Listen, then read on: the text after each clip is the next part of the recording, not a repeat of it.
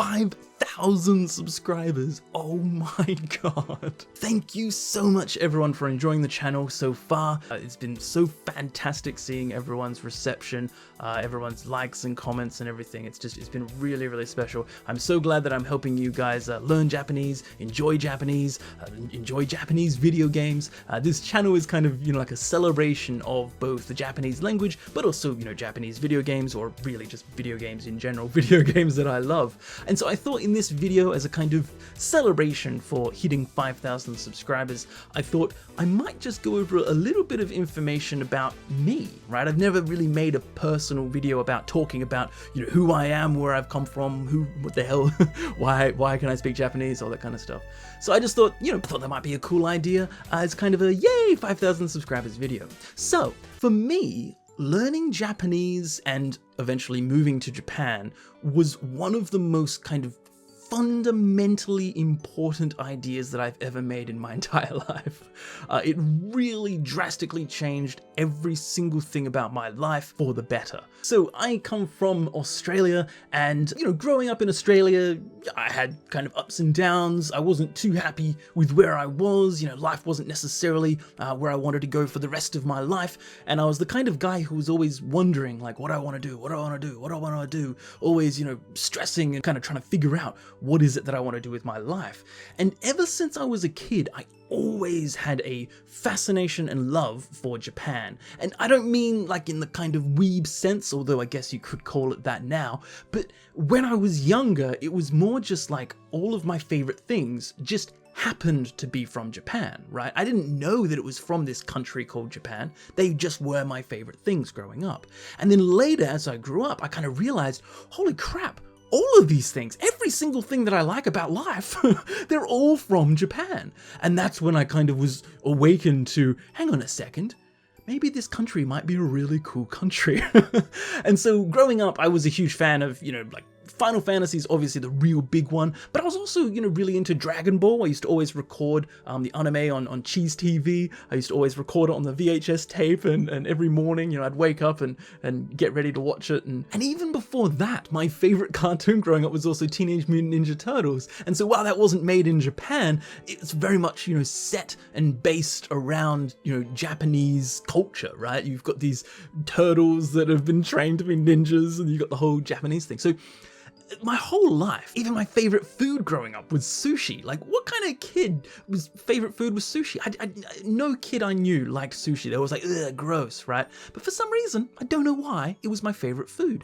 My favorite periods of history were always kind of like the sword fighting type things, and especially, the ninja and the samurai always stood out to me as kind of, the really cool stuff. I've always been huge into technology. I love technology, just in every single aspect.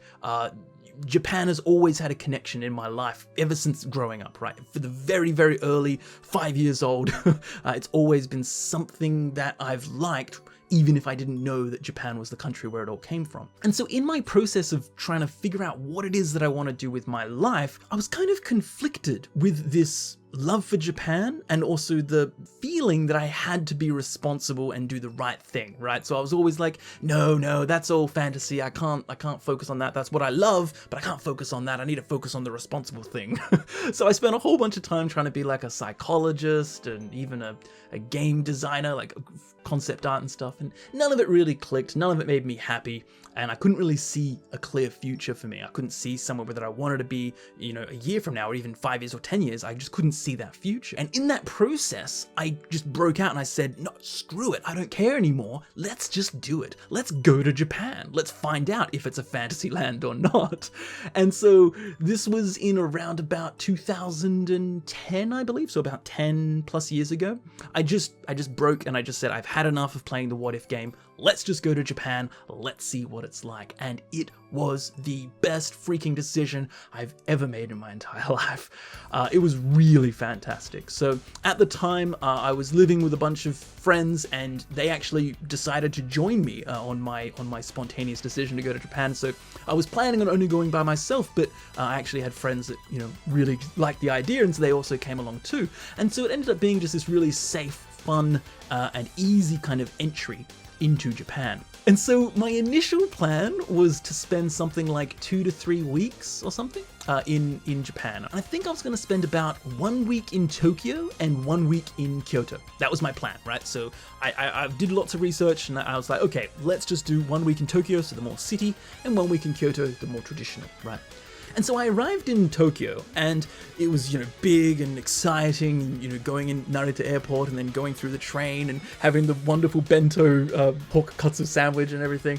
And it was so exciting and so fun. But as soon as I got into the actual main center of Tokyo, as soon as I started seeing all the buildings in the gray, while it was still exciting, I knew that it wasn't for me. I felt this kind of sense of not feeling comfortable. I didn't like that kind of environment. And so I actually left Tokyo after a day. My plan was to be there for a week, but I left after a day, and I decided to go to Kyoto early. And so I went to Kyoto on the Shinkansen, and as soon as I got to the countryside, as soon as I got out of Tokyo, as soon as I went through the tunnels into the mountains, my heart was just... I was so happy. My eyes were practically love hearts. I was just like, ah! And I knew that it wasn't Tokyo for me. That wasn't what I want from Japan, right? That's not what I loved about Japan. It wasn't what brought me to Japan, and it wasn't why I came to Japan. And so I took the Shinkansen all the way from Tokyo to Kyoto, and so that took about 2 hours, and that was a fantastic train ride, and it really brightened me up. It went from kind of like, whoa, to just so happy. And then when I arrived in Kyoto, again, it just kept on getting higher and higher. I was just like, oh my god, what is this place? This is heaven. And I remember I had the feeling inside me that when I arrived in Kyoto, and even just looking at photos on the internet when I was doing research and stuff, I remember that I was like, if I went there, I would happily die the next day, right? I felt like I would already achieve everything I want to achieve in life just by being there. That's how much I was taken by, the sights, the sounds, the feeling of, that kind of Kyoto style of Japan. And so when I came here, obviously I fell in love with the place and I didn't want to leave. And so me and my friends, we would go to this hostel and we'd go to the top of the roof on the hostel, we'd have a coffee and we'd stand on the rooftop and we'd look out over Kyoto and we'd be like, where do we want to go today? And we knew nothing. I didn't want to do the tourist experience. I didn't want to go on a map and a tour and a guide. None of that. No interest. I wanted to actually experience Japan. So I was just like, okay, that place looks cool. Let's walk in that direction. And so for a week, I just walked around Kyoto. That ended up turning into 2 weeks. We ended up taking the whole time there. And then we were like, okay, let's go back to Tokyo for a couple more days. And when we went to Tokyo, we immediately wanted to go back to Kyoto. It was just like an instant thing. It was like, no, I don't want to spend the rest of my trip in Tokyo. I want to go back to Kyoto. So we actually bought a whole extra set of Shinkansen tickets, which is a couple $100, I think like $400, and went all the way back to Kyoto and even extended our trip. We financed everything to make sure that we could actually live very cheaply, but we could actually extend the trip. And so we ended up spending an entire month practically in Kyoto. And it was just perfect. It was absolutely fantastic. The sights, the sounds, it was in autumn, and it was just like, no, this is what I want, right? I immediately had this kind of realization that if I were to spend my life here, I would be happy. I would be fulfilled and I could see a future. Now, there's lots of reasons why I could see a future. It wasn't just my love for Kyoto and it wasn't just, the kind of honeymoon period, but that was a big part when I was just like, no, this is what I want, right? And so I started doing a whole bunch of research and figuring out how I could make a life in Japan. So I went back to Australia after just a fantastic month in Kyoto, and I really started to do my research. I mean, like, I probably spent, I think it was like 1 to 2 years or so just researching all day, every day. I would just research like all of the problems about living in Japan, all the good things about living in Japan, things you should avoid. Everything on like places like, I think it was like Gaijin Pot, or I can't even remember, like really old websites that don't even exist anymore. But I read all the forums. I read practically everything that existed on the internet about life in Japan. And so I felt really prepared and I felt really sure that this is what I wanted to do. And so I went to university for the sole purpose of moving to Japan. I was going to do a computer science type thing, which eventually progressed into astrophysics. And I found myself spending all my time studying mathematics for the point of going to Japan. And it didn't really make any sense. Like, what was I doing? And so I went, no, just screw it. Let's just drop all this astrophysics stuff and let's just study Japanese. So while obviously it's not the best thing for a career because, it's just language, right? Anyone can speak a language. You don't need to have a specialization in that. But for me, that was what I really wanted. I wanted to be able to move to Japan and live here, right? I wanted to be able to make it here. I didn't want it to be like I'm just some useless guy who can't do anything. So that is what began my Japanese language journey. And this was around about 2014, I'd say. That's probably around when I really became, okay, I need to study Japanese if I'm going to make my life in Japan, right? I don't know why it took me that long to realize it, but that's how long it took. And so in 2014, I changed my major. I became a language major. I majored in both Japanese and Asian studies, and that became my main focus. And so from 2014, I really studied as hard as I could. Now, obviously in the beginning, my idea, my concept of studying hard was very different to what it would later become. In the beginning, I kind of just studied all of the stuff that the university told me to study. The problem with that was the university's pacing was just like really bad. I don't know if it's the same for you guys who also go to university, but I don't recommend it. It was really bad. Like, you only learnt like the hiragana and the katakana and I think like 10 kanji, and that was for the whole half of the year, like the whole first semester. Like, what? You can learn hiragana and katakana in like a week by yourself. Just memorize. And you can learn those kanji in another week. What were we doing for the other half of the year? Like, it was just bad pacing. But I just, focused all on that pacing. And it was so easy that I got overconfident and I was like, okay, let's just study a whole bunch of languages. So I studied at university at the exact same time, Japanese, Spanish, and French. And that was my major. I just studied languages, and it was really intense. Like, I was doing well with Japanese, and so I had time to spend on Spanish and French, and so I was using stuff like, I think Memrise. I did use Duolingo for a little bit for Spanish and French, but it eventually, obviously, became too much, and my head just exploded. I remember I was sleeping one night, and I could just feel my brain just like... It was like an overload of electric nodes in my head, and I was just like, no, I have to stop this. Like, my brain's gonna explode. And so I was like, nope, that's it. No more Spanish, no more French. I quit Spanish and French. And so from then I just focused entirely on Japanese. And so again, that took a little bit more time. So it was around about 2015 when I woke up and was like, what am I doing? I've wasted all these years. I went to Japan in 2011. I've already wasted all this time. What the hell? Let's start studying. So this is when I really got onto Anki. This is when I realized that, yeah, Memrise is okay, but it's not very like customizable. This is when, if you're going to take it seriously, you're going to take it seriously. That's what I thought. So I grabbed Anki and I just started putting everything in it. I mean, like everything. There was no, mass immersion guides or anything like that. There was no optimization at that point. It was just, okay, Anki's a really cool program, use it. That was pretty much all I knew. So I tried to learn everything I could about Anki, and I just put everything in there. I grabbed all my textbooks, I crammed all the information in my textbooks, and yeah, I just studied the textbooks that they had at school. And so I studied and studied and studied and studied. And around that time came up an opportunity at the university to actually study abroad. And I jumped on that opportunity. That was my ticket in, right? That was like, yes, that is what I need. So for that year, 2015, I studied with a clear goal in mind. I wanted to get as high a grade as possible so I could get accepted into the study abroad program. And to my luck, I did get accepted. And so in 2016, I went to Osaka and I studied abroad there for an entire year. And that was the moment where everything was really like on the right track. I knew that, there was a little bit of a shaky start, but this is what I'm going to be doing, and this is what I'm going to put all of my effort into.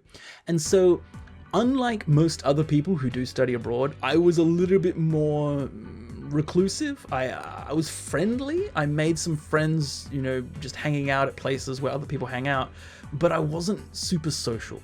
In the beginning, I did go out and you know, go drinking and stuff like that, but I didn't really do it for most of the year because I knew the reason why I was there wasn't to party and make friends. The reason that I was studying abroad was to study Japanese. So when I arrived in Japan, my Japanese was so incredibly bad. This is 2016. It was so incredibly bad. University did not prepare me for anything. The way that they structured their courses and everything was terrible. I had no speaking practice for the entire 2 years before that. Like, what the hell? So when I arrived in Japan, obviously I was around like an N5 level, maybe early N4. Right, like real basic Japanese. In that 1 year, I jumped from N5, N4 up into N2 level Japanese, passing the N2 test in December. So that was like a crazy year. I didn't get lots of socializing, but I just spent all the time doing Anki, just flashcard. It wasn't a great year, to be honest. I didn't really do that much. I could have made much more opportunities, and if I were to recommend anyone do the same thing, I really wouldn't. I wouldn't recommend anyone to waste a year abroad on their app, you know, doing Anki all day, every day. But that's what happened to me, and my Japanese did jump at a really high level. It wasn't because I was in Japan at all. It had nothing to do with being in Japan. It was just because I spent all day, every day studying. And that's really what made me, you know, do that jump. However, after 2016, I was then finishing off my degree and I was like figuring, okay, I need to start transitioning into, you know, moving to Japan. And so I just studied, finished off my degree, and I kind of, at that point, I was getting closer and closer to the N1 level, and I was just like, I started to hate the Anki way of study. Like, anyone who's studied Anki too much knows what I'm talking about here. It gets to a point where you're just like, this isn't fun. This isn't good. I don't care if it's efficient. Like, this is not a good way to spend my time. That's eventually the conclusion I came to. Now, that's not to say I don't recommend Anki. I still believe to this day it is the most efficient and powerful tool to help you learn Japanese. It's incredible, but it's not very fun. And I've always loved video games. Video games have always been the core focus of my life. I've always loved Final Fantasy. That was, for me, that was the joy of life, was to come home from school and play Final Fantasy, watch Dragon Ball Z. So, you know, Final Fantasy was always a big thing. And so around that time, that's when I decided, you know what? Let's just ditch the Anki thing. I did a good job. I studied something like 16,000 words. It's time to just start to enjoy Japanese. And so in 2018 or so, that was when I moved to Japan and I started to just enjoy Japanese media. And so I did everything I possibly could to enjoy. And this is where I started to actually enjoy learning Japanese. So I wasted so much time trying to find the most efficient way of learning Japanese, doing the university thing, but it actually only was up until this point that I started to play video games in Japanese, start reading books in Japanese. It was only at that point that I actually started to enjoy studying Japanese. Before, it was kind of like a forced torture.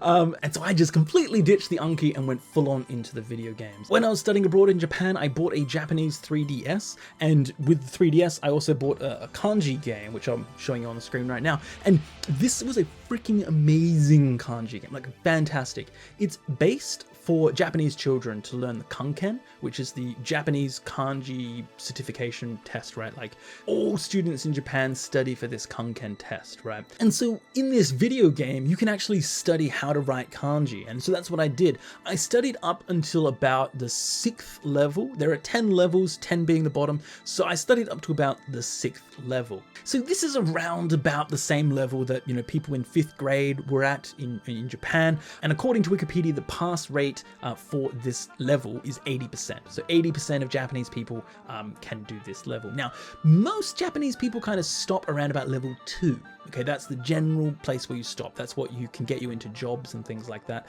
And above 2, there is actually 2 more levels. There's pre-1 and 1. Now, these 2 levels are insane, okay? There's just some crazy kanji that you'll never ever see. Like, it just gets crazy. So the pass rate for level 2 for Japanese people is still only 20%, okay? So it's for the educated people. Pre-1 is here 19%, and then 1 is just 10%.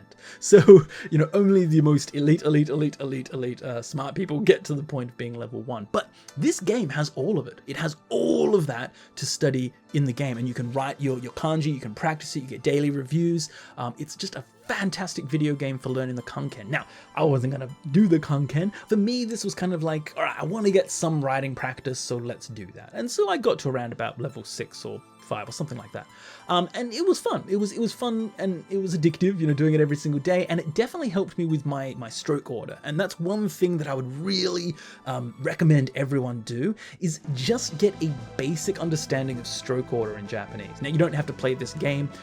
You don't have to even write kanji, but getting a kind of understanding of how kanji are written will help you when you're now searching for kanji yourself. And so most people nowadays have a smartphone where you can use your finger, you know, to write down the kanji, and that's a fantastic tool to actually help you look up kanji. But it's difficult sometimes for people who don't know how to write, you know, the correct stroke order, and that's where I think the game really helped me. I've forgotten how to actually write most of the kanji. Even most of the basic kanji I haven't written in years now, so it's just a memory that's just disappeared, right? But the basic stroke order has stayed. I know that, you know, you generally start from the top left, that kind of stuff, and, you know, you go down and up like that, right? The kind of structure of how to write a kanji, I've now got that practice, and that's been ingrained in my head. And I feel like that is the most important thing when actually learning how to write kanji. Not actually memorizing the kanji itself, but actually just learning the stroke order, because that will help you actually look up the kanji in your phone. Because nowadays, if there's a kanji you don't know, for example, you come across in a video game, all you need to do is just get your phone, turn on your Japanese dictionary, and then just write the kanji with your finger, and then it will appear.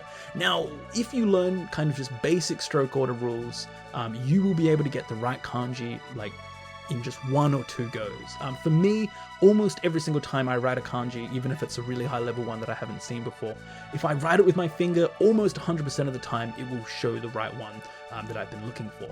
Whereas previously, before learning stroke order, I remember trying to use radicals and everything and find the radicals, and there's how many strokes, like 8 strokes, 10 strokes. Oh my god, you could not make Japanese learning more of a horrible experience than radicals and stroke counts. That was, I hated that so much. But just learning stroke order, how you actually write a kanji, that will increase the accuracy of your finger to be able to write it in your phone, which will then make it an easier process for you to actually look up a kanji when you don't know it. And so that's something I really recommend from my experience, you know, playing video games like that with the DS.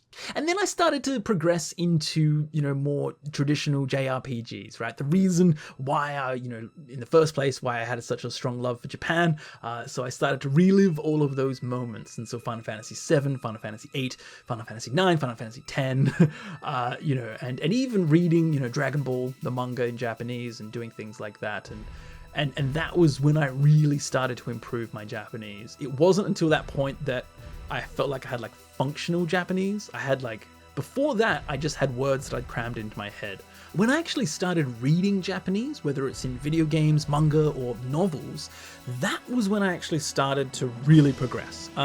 Before that, it felt like I was just cramming words into my head for a test.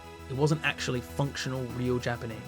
And when I first started reading, even at that level, it was still quite challenging. I remember going through sentences quite slowly. It took so long to kind of conceptualize the sentence and work through it. However, and this is something that I really want to recommend to everyone, just keep at it. Seriously, just keep at it.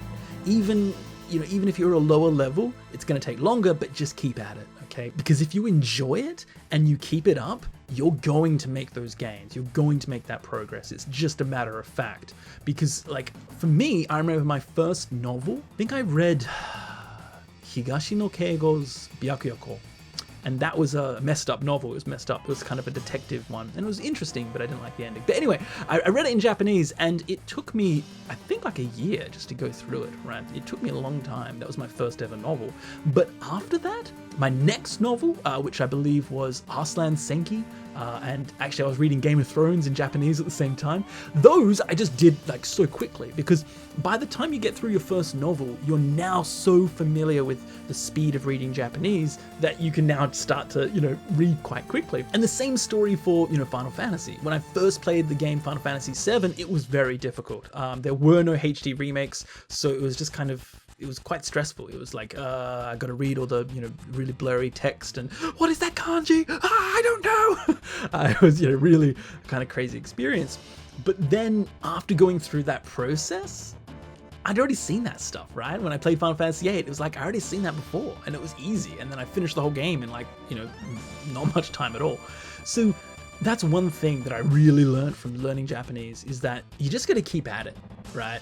And no matter what you do, that is going to be improving your skills at doing the very thing that you're doing. I know that sounds kind of atarimai, a little bit of obvious, but it's true. If you want to get good at reading novels, read novels. If you want to get good at watching television, watch television. If you want to get good at playing games, play games. Because doing one of these things isn't necessarily going to improve your skills in the other things. Okay, you need to kind of have a balanced study. And so while this channel is all focused on video games, that's just because I love video games and I feel like it's kind of a difficult thing for people to actually get into. And so I want to be that bridge between, the English speaking world and even other people who, speak English and Japanese. And so making Japanese more accessible to everyone, not just the high level students. But, to get a balanced understanding of the Japanese language, you should also get a balanced input. So, news, although it's really boring, books, audio CDs, TV, anime, video games, whatever, right? Anything that you put inside there is going to help you, get those gains and get stronger and stronger and stronger with your Japanese ability. And so when people say, what's a good something to learn Japanese with, I don't really think there's an answer to that. Like, it all depends on your particular level of what you find difficult and easy. And it also really depends on your interest, right? Because that's the most important thing.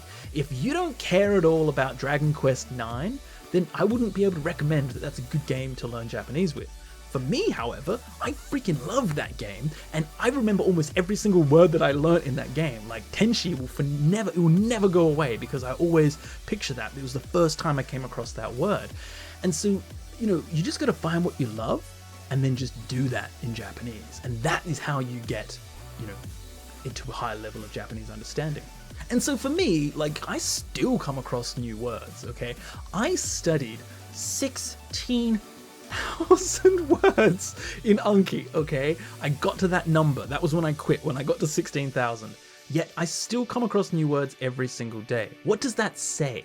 That says that there is no magical number to reach. You're always going to have the experience of there's something you don't understand. That's just something you need to get used to when you learn another language.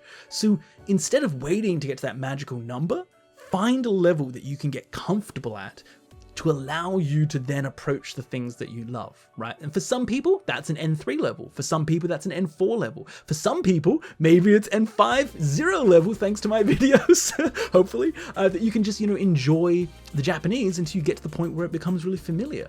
The most important thing is just putting it in and enjoying yourself in the process, There's obviously always new words. I went to the vet last week, and the vet said a couple of words I didn't know, right? Because of course, that's language that you would never come across unless you're in that specific situation, right? That's how language is. You're always going to be learning new stuff. But thanks to those efforts, I now feel very comfortable playing video games, very comfortable reading novels, because that's what I've done. And so the same thing for you, if you want to be able to do something in Japanese, maybe you're studying Japanese because you really love video games, maybe there's a whole bunch of games that were never made into English that you want to experience, or maybe you love anime, maybe you love manga, maybe you also want to move to Japan. Whatever the reason, if there's something that you enjoy and you want to do that's in the Japanese language, the best way to actually be able to do that thing is to do that thing. I know it sounds kind of counterintuitive, like you think you need to prepare for it. And while there is a certain extent that the amount that you prepare makes it easier to get into, I believe that actually just doing the thing is going to get you to that point, right? Because yes, it's going to be hard in the beginning. It's going to be scary. It's going to be tough. But if you push through, you get to that point that eventually it's going to be so easy. Now, this is, I know exactly what it feels like. I remember I spent like 2 hours or something on like the first couple of text boxes in Dragon Quest IX when I first started. It was tough. It was really, really tough. And I felt like it wasn't going to make any progress, but I kept at it. And then eventually you get to that point. And I've met people who have very similar experiences. Like I know a couple of translators who work for quite big video game companies, some of your favorite video game companies in Japan. And they said to me that they never studied Japanese traditionally. They never went to school. They never studied a textbook. They just played video games all day, every day. And that's what eventually got them to that point. And so this kind of realization that, it's the immersion, it's the enjoyment, it's the variety. That is what's going to get you to a high level of Japanese. That's what made me go, I need to make this channel, right? Because I was thinking games have that diversity. Games have that fun. Games have that excitement and that immersion. And that's what you need to kind of keep at it, right? If you're not interested in something, then you're not going to keep at it, right? Novels, while they're very good, I very much recommend reading novels, they're quite difficult because it's just text and it can feel a little bit overwhelming, especially if text is a little bit scary, kanji is a little bit scary for you. It can kind of be quite intimidating. But games have a whole level of enjoyment. You've got audio, you've got visual, you've got the story, you've got the characters. There's so much that can help you along your journey through learning Japanese. And so that's where I was like, you know what? I really, really want to now take advantage of the fact that I have, quite a strong understanding of the Japanese language. I'm also a teacher as my profession. So let's combine these two, make this channel, and let's actually make that bridge between, the English and Japanese, where we can actually make it so that other people can enjoy what I love so much, which is the Japanese language and video games, and also trying to make the learning process easier for you guys. And so hopefully that's what I've been accomplishing over these past few months that I've been making the channel, and hopefully that's what we'll continue to do into the future. Then hopefully you guys can just, even if you don't care that much about learning Japanese, you can still enjoy the process, and maybe you might even get a few words here and there that you learn on the way there. And so that's the general philosophy for this channel when you really think about it. I want people to be able to just enjoy the process. I want you to have fun, but I also want you to not feel intimidated about Japanese. It's not scary, it just takes time and you just got to work your way through it. Everyone has the feeling of I don't know anything. Everyone has that frustration of what is this language? Everyone goes through that, and you just don't let that beat you, okay? Just enjoy the process, have fun. It's an adventure, it's a journey. You're unlocking things. Like you find a word in a kanji and you're like, whoa, this means that, right? I think it's just such a fun experience, and it's really changed my entire life. Before I studied Japanese, you could say I was perhaps a little bit of a lazy person. I spent a long time playing World of Warcraft. I didn't really do too much productive, right? I didn't have clear direction, but since moving to Japan, studying Japanese, my life is just boom, I have a clear direction. Now I know what I want to do, I know what I love, and that's what I'm working for and towards every single day. And so it's really changed my life learning Japanese, and I'm sure that it can do the same for you as well, whether you have similar ambitions of moving to Japan or whether you just want to enjoy Japanese media. Learning another language is such a useful and powerful tool that can really enrich your life, and also I hear that it can make your brain actually quite strong against diseases later on in life. So it's just a really good thing to do. Anyway, I've been ranting way too much in this video. I kind of started off with a general outline of what I wanted to talk about, but it really just kind of melded it all together. So hopefully you enjoyed this rant about, who I am, where I come from, why I study Japanese, what I'm doing, and hopefully you continue to enjoy, where this channel goes into the future, and, where we keep on going. My goal for this channel, very simply put, is to make a resource where anyone can learn Japanese through the help of video games completely.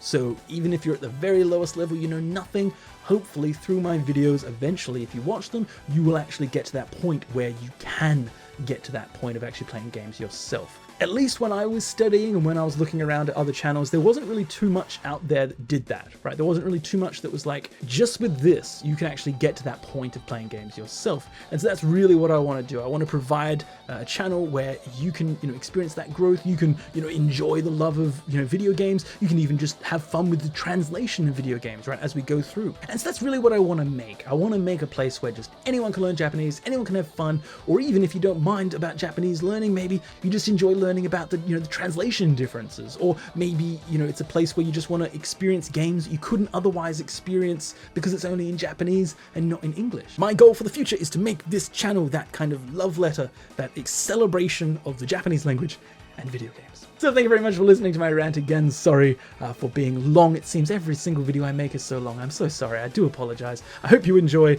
listening to my rant and kind of learning a little bit more about myself. Thank you very much for watching, and thank you so much everyone for all of your support, especially all of you guys on Patreon and Discord. I love you guys. You guys are the best. So seriously, thank you so much for making my day brighter every single day, and thank you so much for enjoying the channel.